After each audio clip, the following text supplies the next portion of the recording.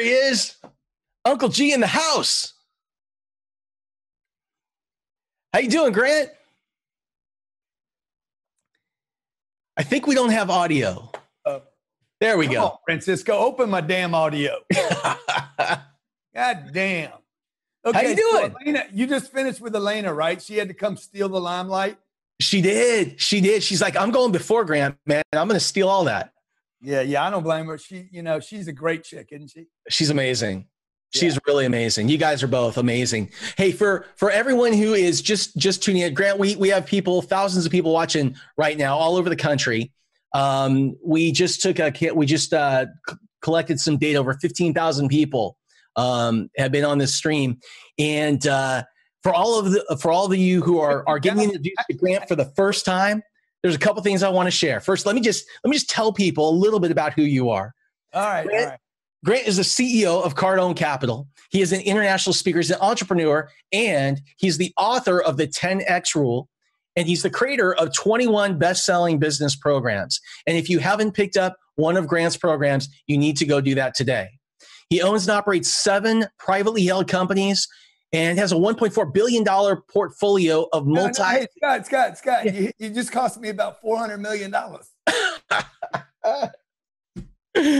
Oh, man. Well, how about this? Let me just say this. Grant, you're awesome. 10X conference, 10X growth. Let me just throw it over to you. First of all, how you doing? So good to be here. So good to be with you, and so good to be talking to people that want to do better and want to grow and expand. And despite, I was just doing a call for 1,500 real estate agents, and I like, hey, in January 1st, 2020, not one of you didn't say to yourselves, this is going to be the best year I ever had. And I said, now you got Elena's, got Elena's side of this. Now you get my side of it. It's why we make such a good pair. But I said, now here, all it took was the threat of a flu. And 75% of the people in the world have given up on their dreams for 2020. Yeah. It's a shame, man. Well, it is. And, the people that are watching, these are people, many of them that are struggling to keep their businesses open, or they're being forced to shut down. It's people who may have lost their job. They've been furloughed. They had consulting contracts canceled, and they're really wondering, what do I do now? And what do I need to do to be able to see through it into the other side? Where would you tell these people to start? So, you got to go back to the dream, man. You got to go back to the dream. You didn't dream of Wuhan. You didn't dream of COVID and COVID-19. You didn't dream of a flu. You didn't dream of toilet paper, reducing your life down to toilet paper and mask and gloves. You got your gloves on right now, Scott? I don't have my gloves on. Okay, good. So, that wasn't the dream, bro. The dream, I have not missed one day of work since this thing happened, including going to my office. Even when the government said you can't go to your office, I'm like, I'm going to my office. Please arrest me at my office. I'm looking for national publicity, okay? The reason I can do that, and a lot of people think, oh, this guy's just so out there. But the truth is, the reason I do that is because I keep my dream as the thing, okay? My dream is not Wuhan. Yeah.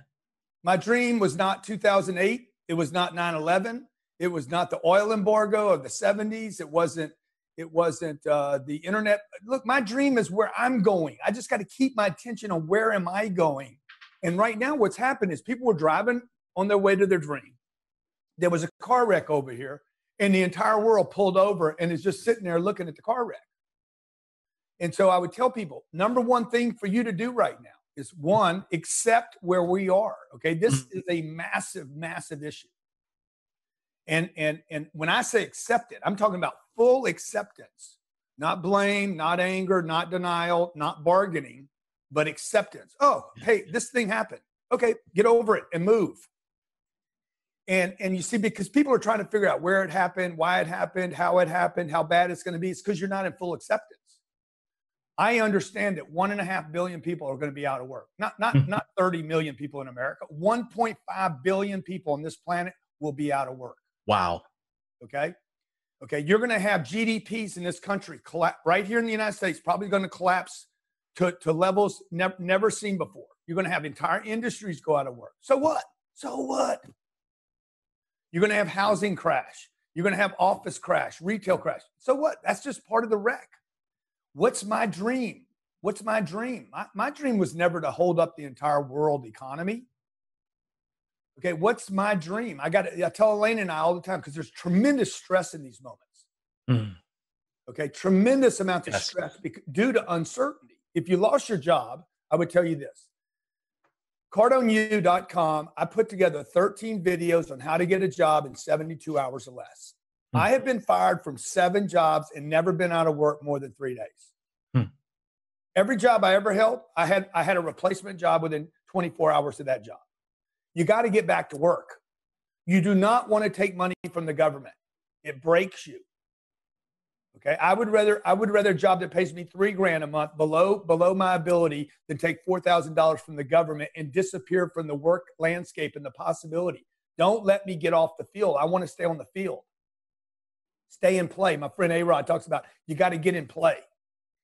So stay in play right now. Okay, if you're out of work, your job is to get a job.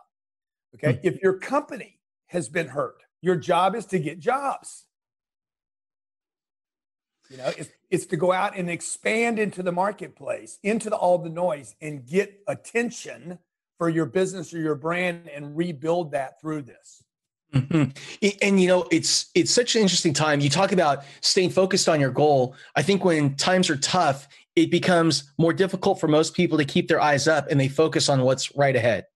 They focus on like one issue and the most important.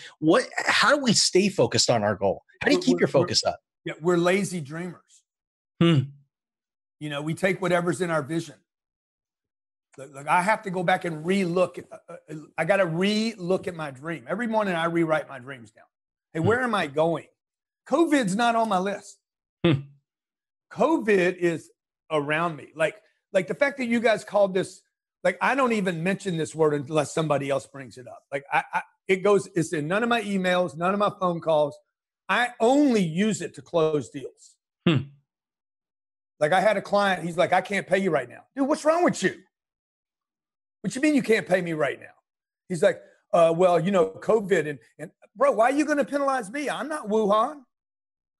I'm not China. I didn't cause this. Which is a really important point, because I think there's a lot of people that for the last few weeks have felt guilty about asking people for money. No. I think there's, yeah. Scott, how many emails did you get today? Hey, I'm reaching out to you to check with you. I just had a professional real estate agent, send me an email, a phone call this morning. This is very, very important for your audience to hear this. Okay. Hey, Grant. Good morning. It's Mark. Just wanted to hoping to catch you to check in. I hope everything's okay. Also wanted to, wish you a nice Memorial Day. It's been a little couple of months, and hopefully we can get a little bit of a vacay. Otherwise, 732-998. So I don't need him checking on me. I don't. What? That can't be your phone call. You're not going to go grow your business checking on people. It's been a couple of months. It's been a bit of a vacay, dude. I call people up. Hey, I want to do business. I want to do business. This would work in commercial real estate, residential real estate, mortgage applications, insurance, plumbing, contracting, roofing, you name it, dude. Hey, I want to do business. How can we do business?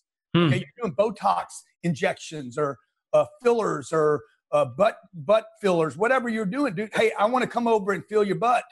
Dude, I want to do business. I'm not checking on you. How you doing? What's going on, Scotty? Hey, man, just want to check in with you. That is going to leave people behind, okay? You're using dialogue based on what the media says. We don't even know if there is a flu, man. So if you're one of those people right now that maybe they've lost their business or they've lost their job, and they're just trying, they're looking around, they're just trying to figure out how to get back on their feet. Yeah. What is that? What's the first step, or what's the most important skill for that person to learn in order to do that? You need to find somebody. If you lost a job, you need to find somebody that has a business. I have a business. Hey, Grant, I am an excellent copywriter. I need 2 of them right now. I need two graphics people right now. Okay. I need one more video person right now. I could use 50 salespeople. Hey, Grant, I want to come to work for you. I'll move over there. I'll work for you for free. I will not be a problem. I work for you for free. Let me show my way. Get on the field. You see, what happened was when this happened, 32 million people, which is a freaking enormous number. And I feel sorry for every one of them, but they shouldn't have left their jobs, Scott. They took two losses at the same time. Yeah. Hey, we can't pay you anymore. Okay, that's one thing. And you got to lose your job. Those are two separate things. Pay and a job are two different things. Yeah. Hey, don't pay me, Scott. Don't pay me. Don't pay me. Let me work here. Stay and play. Stay and play. Right? So I want to get on the stage. Just get on the stage. My friend Tim Story showed up at our 10X Growth Conference. Kevin Hart was there. Alan, John Travolta, Mayweather was there. Like Usher. Yeah, it was awesome. Awesome event. Tim Story calls me up. He doesn't say, hey, man, can I be on your speakers list? He's like, hey, man, I'm going to be there. If I can do anything for you, let me know. Sunday morning, I was running late, right? I called Tim. Tim, show up for me.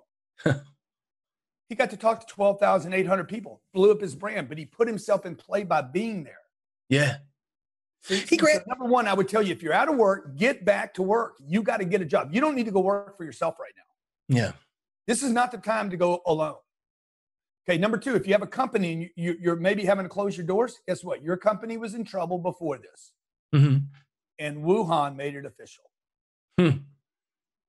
Okay. By the way, the first time I heard the term Wuhan, I said, Elena, they're talking sexual on Fox. I said, Hannity's talking about getting Wuhan. She's like, Grant, Wuhan's a place in China. Only you. Saying, baby, I want some Wuhan. I'll wear a mask to get some too. Hey, so it is so crowded right now on social media. Yeah. If you want to market and you want to stand out in a time where everybody's at home and most people are at home, they're going on social media, they're throwing up live streams. How do you stand out today in a crowded market? Well, number one, you got to wonder if it's even worth going and doing that every day. That is such a great point. So simple. That's such a great point. Is it worth doing it every day? Now, when I do it, there are some things I do to take advantage of it right now, but going to do another live stream is not what I would do. Because now you're competing with Lil Jon. You're competing with Drake. Like, okay, what are you doing? What are you doing? Are you watching or are you doing? I personally would spend more time picking up making good phone calls.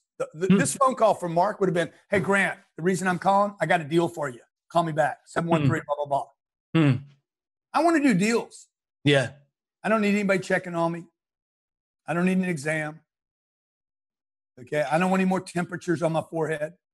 So the same thing on Instagram. Okay. Like everybody's going on Instagram, staying in touch. It becomes useless. It becomes a crowded market, has no value. You and I both know influencers that are making no money.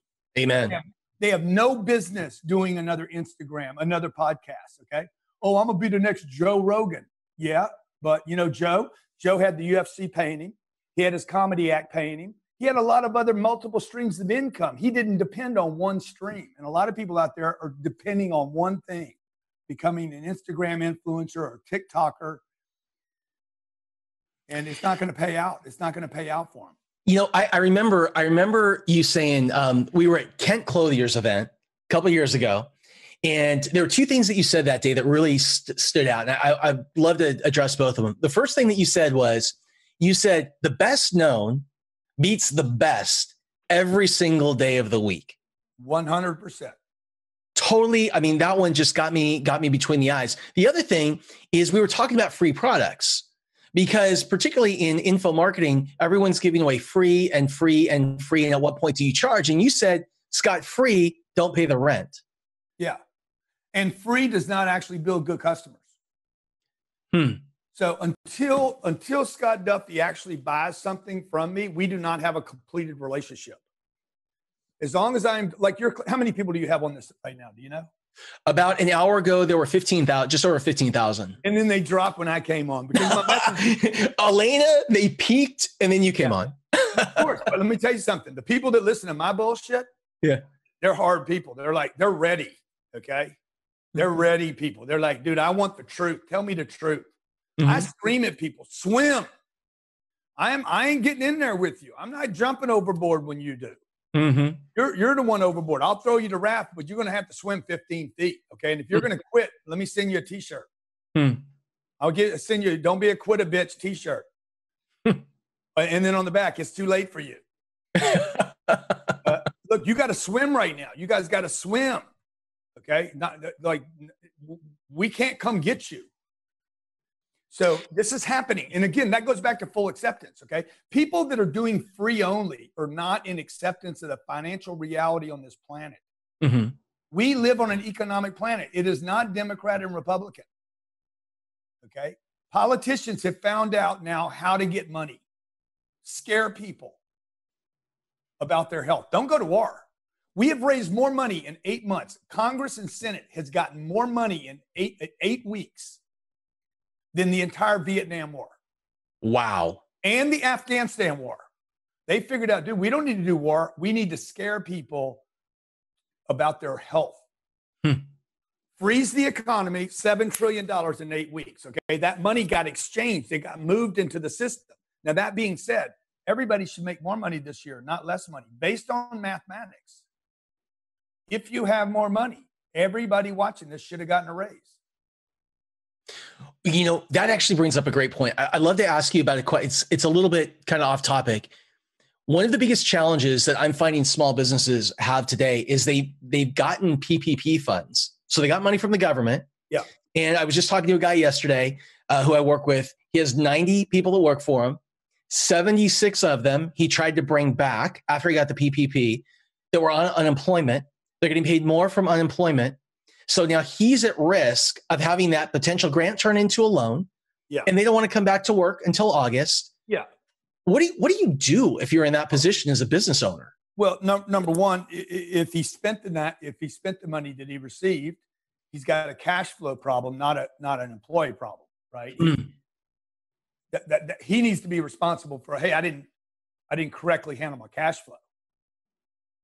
So cash flow is the holy grail of business. And unfortunately, they don't teach it almost anywhere.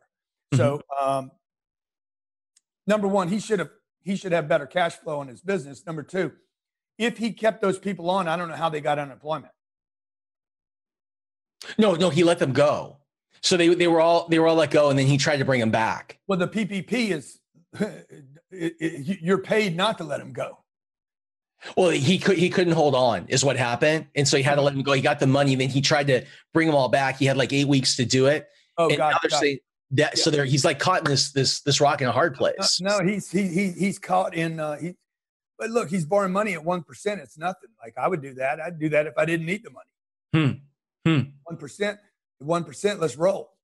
You know, it's free, but you still have to cash flow. Look, here's the deal. Everybody needs, this goes back to the acceptance thing. Your buddy needs to accept the fact that he could file for bankruptcy. There's going to be millions of bankruptcies in October, November, December, February, January next year. It's true. Millions. So what? Yeah, can we talk about that for a second? Because Scott, look, here's the deal though. But everybody's like, I don't want any debt. I don't want any debt. I don't want any debt. Dude, if you're going to go bankrupt, you want debt. This is a different economy now. This is a different game. This is not Dave Ramsey and Susie Orman's economy. This ain't your mom and daddy's economy. This is a different world. People have to learn how to play like the big boys play. How do the big boys play? They take on loads of debt and they restructure their debt if they need to, but they use their debt in hopes that they can expand big enough. You know, everybody needs to wake up. This Wuhan thing has been a mass wakening up of not our health systems, but of our financial literacy in the 21st century. That like, hey, wait, I got to think bigger. I need to go bigger, okay? Because the penalties are exactly the same. The little guy gets penalized exactly the same as a big billion-dollar company. Yep. In 2008, I owed $50 million in debt. The bank I owed the debt to went under. The new bank came in and said, I want my money. I learned one thing from that, okay? I didn't learn don't have debt. I learned that I didn't have enough debt. Huh. Interesting. So the next time, 12 years later, today I have $1.1 billion worth of debt. Okay. 20 times. Is that 20 times? Something like that. 20 times, 200 times. I don't know. This time, the banks are calling me, hey, man, anything you need? Huh. How can we help? Interesting. It's a different game. Big boys get help and little people get neglected. So what would you tell that person that feels like they may have to go to file for bankruptcy, but their ego, they feel like, what are people going to think about me? What are they going to, is this going to ruin me forever? Is this going to mess up my credit? I'm not going to be able to do anything. What do you tell that person? Again, you're not focused on the dream. The dream might require you to go bankrupt. There you go. Okay, so what? Walt Disney almost went bankrupt 3 times. Mm-hmm. Our president has restructured loans multiple times. I don't think less of him. Okay. Barack Obama used to smoke weed. Okay. So what? Mm-hmm. I don't really care. What are you doing today to be successful? Mm-hmm. Okay. Elon Musk. I don't even know what he's up to half the time. God damn, if he goes to Mars, it won't matter. So again, this goes back to the dream, man. The dream is not the news. Mm. Okay. The dream is the priority. It is the most important part. I have my little day timer here. I use this. I created this for me. At the top of the day timer, I write my goals. At the end of the day, I write my goals. This is how I start every day, right here. Hey, what are my goals? I end every day. What are my goals? I rewrite them every day. Wow. It would be much easier for me to throw it in my little note thing and just look at it. But if I look at yesterday's goals, those were yesterday. Okay. You know what's interesting? We've had 3 people come on today that brought on their calendar. It's like, it's such a common trait amongst people that are really successful. They are masters of their calendar. They have a system. But we had Jesse Itzler was on just a little while ago. Jesse brought his on, and the same thing. And it's so interesting. I remember talking to Shaun White, the snowboarder and the SB award skater. Sure. And he was talking about goals and he was talking about planning. And what was really interesting is I asked him, I said, what's your process like for visualizing that thing? And he said, I never visualized getting to the goal. He said, my visualization is all about, I'm already past the goal. I'm looking back at the goal and I'm looking at as if I've already experienced that. And it's all the things I've gotten as a result of hitting the goal. Just such a different way of looking at it. But again, then he laid out his calendar program. Why is the calendar so important? Well, I mean, I think everybody does it a little different, right? Yeah. Mine are done extremely fast, like $10 billion worth of real estate that produced cash flow. A helicopter. I don't even know why I want a helicopter. Sometimes it shows up, sometimes it doesn't. Okay. Sometimes it's in there, sometimes it's not, right? I want a big house on the ocean in La Jolla, California. That's been showing up lately. I don't know if it keeps showing up, but I know this, the $10 billion in real estate, the cash flow shows up over and over. Wow. All I'm trying to find out when I'm writing my goals down, and I don't have any experience with it, is I'm trying to remind myself, hey, what am I going toward today?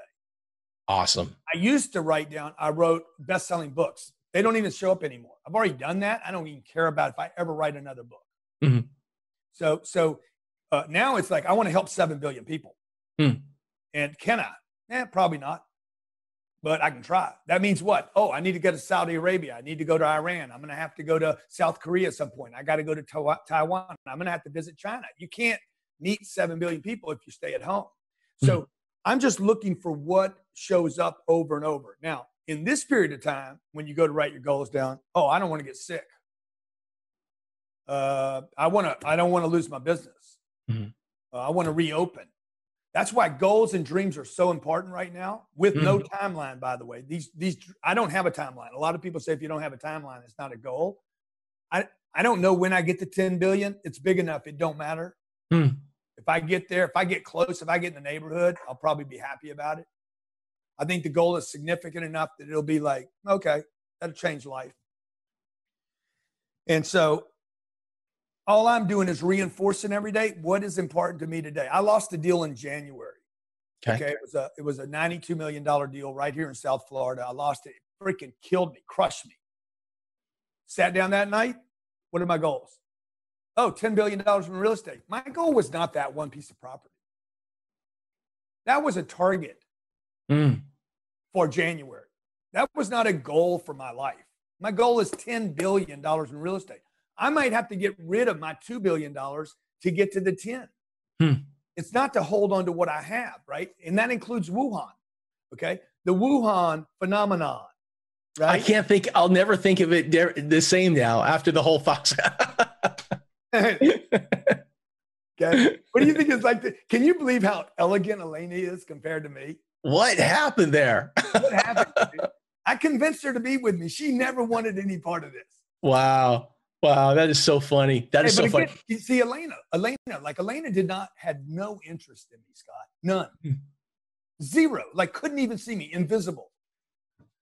And, but dude, when I saw her, I'm like, that's my chick. She had been in my book. Wow.